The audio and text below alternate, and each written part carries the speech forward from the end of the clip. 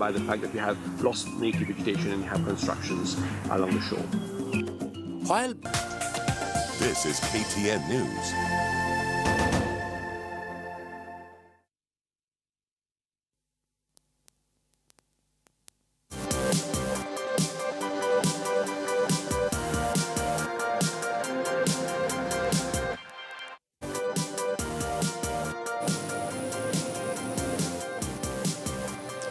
Right, a good evening and welcome to News Sources on this 8th day of February 2017. With just 6 months to the next general election, this is indeed a good time to interrogate the issues and put every candidate and potential candidate to task. If the low voter turnout numbers are anything to go by, Kenyans might need a bit more convincing this time around. We are delving deeper into that issue. My name is Julie Masiga, coming to you live from the Central Business District of Nairobi. Before we begin, let's have a look at the highlights.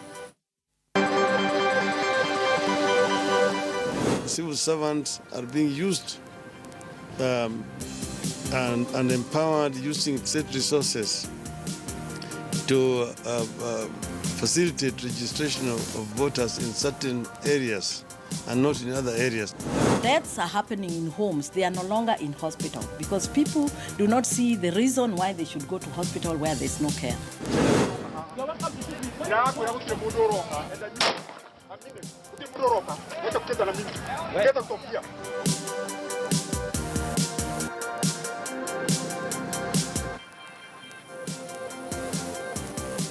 Right, welcome to the show. Before we start, let me introduce my guests. To my right, Betty Waitherero, friend to the show, political communications researcher, Wangari Mwikia, Global Expertise Limited, Expertise Global Limited MD. And right next to her, Faith Rono, who is a communications specialist at the Standard Group and a journalist as well. Right, opposition leader Raila and his NASA co-principals met with IEBC commissioners. NASA has expressed its dissatisfaction over how the electoral body has been conducting the ongoing mass voter registration. Raila and team are saying the use of public resources to mobilize people from specific regions to go and register must stop, and IEBC must get to the bottom of the many hurdles it currently faces. Let's listen in. The issue of double registration, which they've admitted, the issues of using some fake ID cards to register people as voters, the entire NYS register finding its way into the IEBC register. Those are issues of concern. At what point did this happen? Those are some of the issues which we have raised. Right.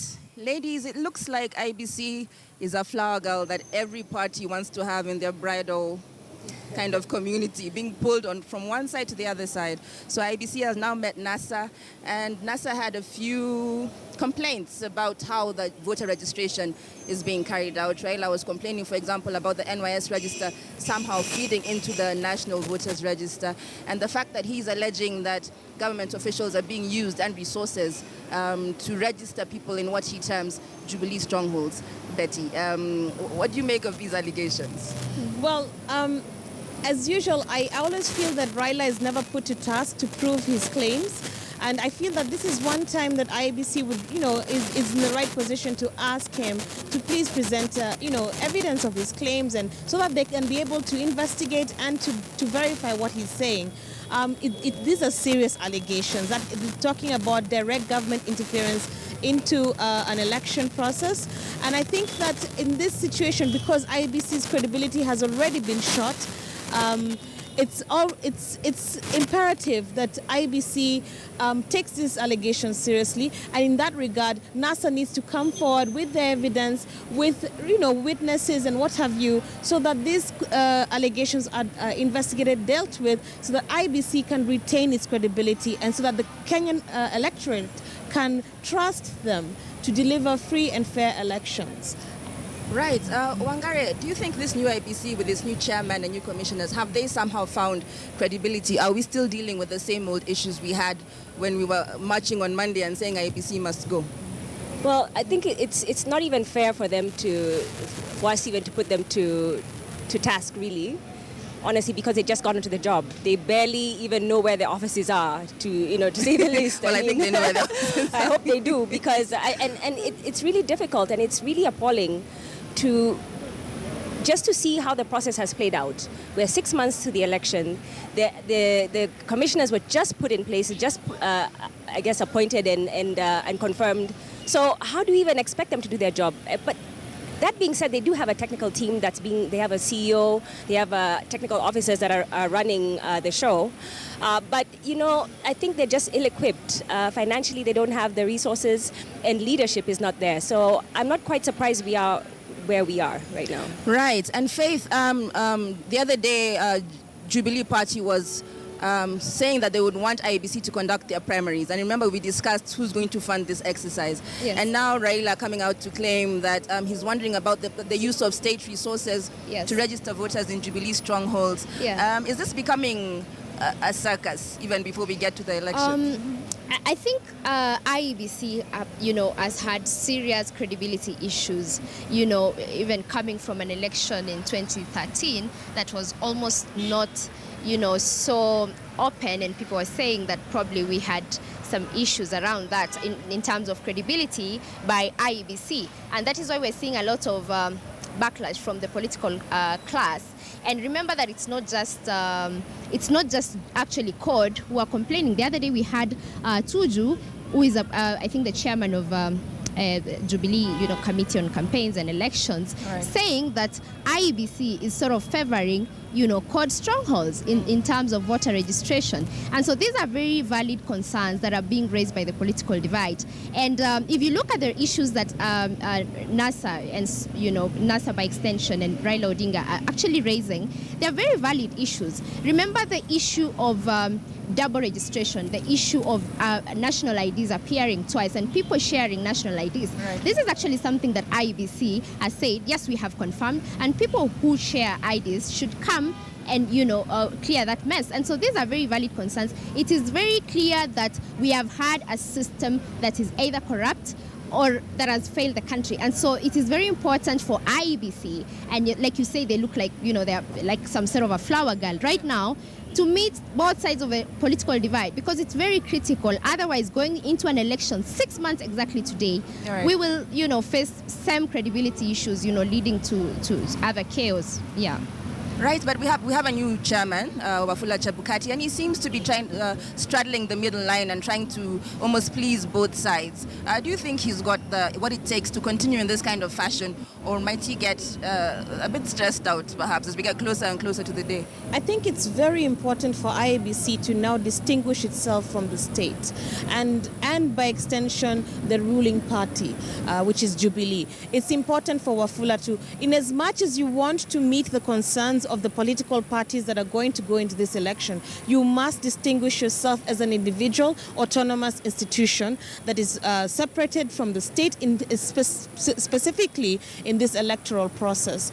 And having said that, so Wafula Chebukati has that distinct problem, right, that he has to separate himself not only from the state, the ruling party and the government that is providing the funds, yes, but also separate himself from the opposition and all the other parties that would like to pull or sway him towards their point of view, especially considering that they also raised issues with the previous commissioners. And I know that he wants to do a good job and he wants to be seen to do a good job, but he's not going to please anybody. In fact, the last chairman and the one previous to him, right, all ended up being completely demonized because of the role they played. And I think he should expect that. He should expect that he's going to be turned into the bad guy. Right. To reiterate what Betty's saying, what he also needs to do is to establish his credibility is to release data, to say where they've registered, who they've registered, how many people in each region, so that we can have the facts. Right. Nobody should be saying these people were favored or these people were favored. Show how much money went into has gone into each area, right, and how many people have been registered in each area. And I think the numbers will speak for themselves. Right. I believe, Faith, there are some numbers which are out. Yes. about 2.1 million at the 3-week mark. Yes. Our target was on the lower end 4 million, on the upper end 6 million. Yes. So really doing badly. Yeah, we are actually doing badly, and that is why we were talking about voter apathy last week. And I think the mandate, like you guys said, the mandate of IEBC is very clear. They're the ones who should be managing the entire election process. Right. And so even politicians should not be coming in to galvanize, the electorates and get them to vote by coercing them or whatever they're doing. Yeah. So IEBC's mandate is very clear. And like Betty said, the new chair has a very tough task ahead of it. I think we're sticking with matters IEBC, and from Capitol Hill Square to the House on the Hill, President Uhuru Kenyatta has promised that the government will continue providing all the necessary support to the Independent Electoral and Boundaries Commission. The president says all budgetary requirements of the IEBC will be prioritized in the next budget so the commission can succeed in its mandate to organize free and fair elections. Right. So, as I said, the flower girl in the middle, from Raila meets IEBC on one hand, Uhuru is meeting IEBC on the other hand. And one thing that is coming out from this registration process is they can't register all the voters in the diaspora. They're stuck to about 5 countries in this region and south of Africa because they don't have the budget. But we've known that we're going to do these things since 2013, Betty. So what has taken us so long to start thinking about money now? Well, and it's very funny. It's that you have a situation where the Electoral Commission itself is underfunded and yet expected to conduct elections that are free and fair. And these are where the questions raised by CORD are quite significant. Right. Can it be free and fair if we are going to exclude people in the diaspora? Yet we promised them that in the last election, the next time you will be able to participate, right, but not everywhere around the world. Apparently only in 5 countries. To me, this is another failure in terms of commitment by the IEBC structure, the government itself, commitment towards the electorate and democracy itself. And that's why you see the sort of voter apathy. You have a situation where the voters themselves don't believe in the IEBC because of all the credibility issues that have been raised over the last 3 years. And then on top of that, even if we want to believe in you, even if we have changed the commissioners, you still don't want to do right by the electorate. So that's why you can understand it.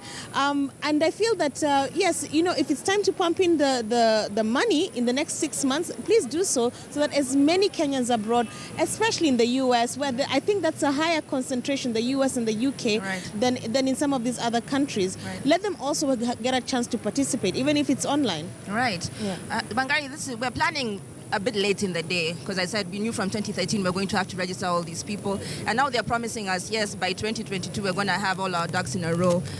Do you think this, the secretariat of the IEBC, not the leadership, is lacking, even as the politicians argue about who's leading the body?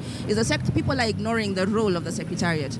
How do you think they come in? I mean, the secretariat are really the technical people on the ground. Right. They are there to implement the strategy. But the people who lay out the strategy are the commissioners, the IEBC commissioners that are instituted just the other day. So if you don't have, it's really like walking around like a headless chicken. Right. You need the head in order to give you direction where you're going. Right. So it's really a little bit late in the game to start saying, okay, now we're going to equip IEBC. That really doesn't make sense to me. IEBC should have been equipped a long time ago. They should have had the leaders put in place. They should have had their resources put in the budget for them. Right. They should have already rolled out the voter registration a while back. Yes. We're talking about diaspora. What percentage is that of the population? Why are we prioritizing that? We need to register the people who are here. Yes. And apparently, it looks like they don't even want to register. So I think this election is going to, it's not really going to be anything new. I'm not going to be surprised if we have the same old, except I hope this idea of talking about electoral mishaps or vengeance really doesn't happen again. I think we need to be past that. Right, Faith. So, okay, the secretariat is much like the civil service, I think. Even though there's a president or not, they should be able to kind of charge along and get things done. But we haven't been able to do that this time around. And of course, the opposition agitated for the change of the leadership. Was that perhaps not well thought out? First of all, I think we must remember that the secretariat, the IEBC secretariat, has been in office, since 2013. The issue that CORD, the problem with that CORD had with IEBC is basically with the commissioners, and they were saying that we don't trust the commissioners, and that is why we had to pave way for these new commissioners to come in office. Right. But I personally think that the issues to do with funding shouldn't come up at this point in time, because we are looking at 6 months to the elections. There was a secretariat. There were commissioners in office. Yes. They had a job and they were paid to do that job, and so they should have planned, especially for the budgets. And the reason they are saying that they will not register Kenyans in the diaspora, especially in the European Union, is maybe because they're saying they don't have time. I'm sorry, Faith, I'll have to cut you off there, but we're still talking about IEBC. And now, even as the Independent Electoral and Boundaries Commission looks to prisoners, university students, and Kenyans in the diaspora to show up flailing voter numbers, the Commission will likely fall short of its target of registering at least 6 million new voters by the end of the second phase of the mass voter listing that ends on February 14th. It does seem that there will be no love for the IEBC even on Valentine's Day. But will this voter apathy persist till August 8th? Or can our leaders galvanize an apathetic nation? So it's coming out very clearly. Yes, there'll be no love on Valentine's, unfortunately, for IEBC and millions of other women and men around the globe. Roll with the punches. But it seems that the nation, we're disillusioned. I keep on saying this as a country, because we've had 3 weeks, we've had a target of 6 million, and we're less than half. Betty, how do you what could be on our minds that is more important than registering to vote? As I've said, there's the credibility issues surrounding IEBC have been boiling over the last 3 years. You have a situation where for 3 years you have politicians from across the divide consistently complaining about the IEBC cannot be trusted, whether it's at the national level for the presidential elections, whether it's with the MCA level, whether it's with your MPs, because there have been several petitions from the last election that have been dealt through the court process. Right. So basically, a lot of the political class have been bashing the IEBC as a platform for, maybe boosting their visibility, or maybe increasing their political, or announcing their political ambitions. And because of that, it transfers to the populace. What is worrying me more than the new voters being registered, who are far less than 6 million, is have the old voters confirmed that they're registered? Because that is also very worrying. Are we going to go into an election with only 3 million people? Because it looks like it can happen. Right. When it comes to the question of can the political class galvanize and change the tide of voter apathy, it is wrong for us to expect politicians to. In fact, it works in favor for some of them when you are apathetic, because you're not even his voters. His voters are going to turn up. If you're not turning up, you're not his voters. So we can't expect them to do that. Right, so are we supposed to just somehow motivate ourselves and feel the need to vote? Because we know for a fact that so many things are happening in this country. There's starvation, there's famine, there's drought, there's a doctor's strike. Don't we need a messiah to come and... I think get the leader you deserve. Right. If elections, voting for a leader, it doesn't just happen on August 8th. Yeah. You have to really invest. If you're really serious about your country, if you're serious about your children, your parents, your environment, the future, you need to think about who your leaders are, what they stand for. Are they implementing their manifestos in the way they articulated? Right. Do they represent who you are, your views? And so I think to some extent we are also to blame. It shouldn't just be register and go vote. It should be look who the leaders are, invest in them, and then decide who you want to vote for. Maybe that's the problem, Faith, because we think that our leaders are just not worth voting for. I actually think that the problems that Kenyans are facing, and I saw a story where, I think KTN were interviewing first-time voters. These are youth, people who are just, turned 18 or probably 19, and they're saying, we are actually going to vote because we are looking at issues. And there are other people who actually feel that we're not seeing, that sort of a leader who will bring change, because there are so many issues. Right. The economy is not growing, corruption, people are losing their jobs. Right. And so they don't see any reason as to why. But they have to register. People have to register to make a decision and make change. Yeah. Yes. Indeed, that is the truth. And still with IEBC seems to be the topic for the day. Former IEBC CEO James Oswago and co-accused Chevy Oyombra have denied charges in court this morning over the Chicken Gate scandal. The two were arrested this morning along with Hamida Ali Kibwana, have been released on a 1 million shillings bond. The charges against them relate to the 2010 referendum ballot papers, as well as Shinyalu and Bomachoge election papers. Former IEBC chairman Isaac Hassan was fingered by a London court and was not arrested. Right, so Oswago is kind of like a ghost voter. Doesn't seem to go away. Back in court again, charged with the famous Chicken Gate scandal where the bribes were being code-named chicken, and it actually went up to 59 million shillings that these officials are accused of receiving to award a tender to print ballot papers and other papers for NEC faith. This brings me just back to the issues around IEBC that seem to be growing to a crescendo at this time. We have 6 months to the election. Can the current IEBC, given the ghosts of the past, deliver a free and fair election? I think I would just like to comment first about the charges against Oswago and Oyombra. This is a case that the Chicken Gate scandal has been dragging since 2014, if I'm not wrong. And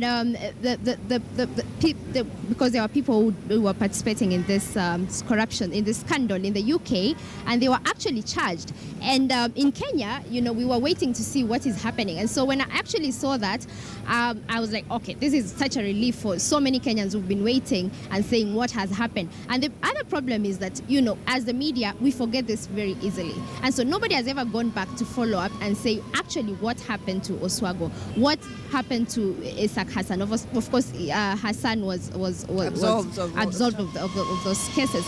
But that again, what you're saying is that the credibility issue, has sort of followed IEBC from, the times of, I think, Kivuitu, if I'm not wrong. And so these commissioners, the new commissioners who just took office, they have a really hard task. And that is why we're seeing them trying to, sort of meet the political class from Jubilee, from CORD. They have a task. They have to prove to Kenyans that we're going to deliver a free and credible election. Wangari, is that possible? Let's just be honest about, in this Kenya of ours, a free and fair, credible election. Has that ever happened? Can that happen in 2017? I don't want to already foresee doom or call it, yeah. I do hope that it can be, and I'll give it the benefit of a doubt that this time maybe we'll see ourselves getting closer to that goal. But by the same token, talking about this case with Oswago, it's funny to see that he was cleared. I think they were cleared by the EACC, if I'm not wrong. And I think they were cleared of the charges here, or they were somehow they were went not away followed for a up. while, I guess. Yes. But then suddenly, when it goes to the UK, as it was with some other cases, I think it was with Okemo, when it goes to the UK, then now we see justice being served. Even when we had the ICC cases, it's only that when it went to the ICC, people started saying, okay, now we're going to see something happen. So it's a real pity that we don't see any kind of justice being followed through here. Corruption cases being dealt to the end, and the people culpable, the rich, mostly very wealthy people culpable, are not taken to task and taken to jail. So let's see how this unfolds. Right, Betty. To be honest, I mean, this case and its timing just adds to the credibility issues. It makes it, you'd think that Oswago finally, facing his day in court would bring, some semblance of credibility. Like, look, IEBC, we had a problem in 2013, but we are, we're moving forward. Those who are culpable are going to face justice. But no, actually, we're just being reminded, this actually happened in 2013. Right. So I'm with Wangari. I'm like, I don't want to be a negative person, but I really, this whole free and fair elections, it's like something that somebody else has to decide that for us, if it was, Right, but right before we need to go for a break, but right before that, we're asking you on Twitter, do you trust the IEBC to conduct free and fair elections? Do you trust the IEBC to conduct free and fair elections? Do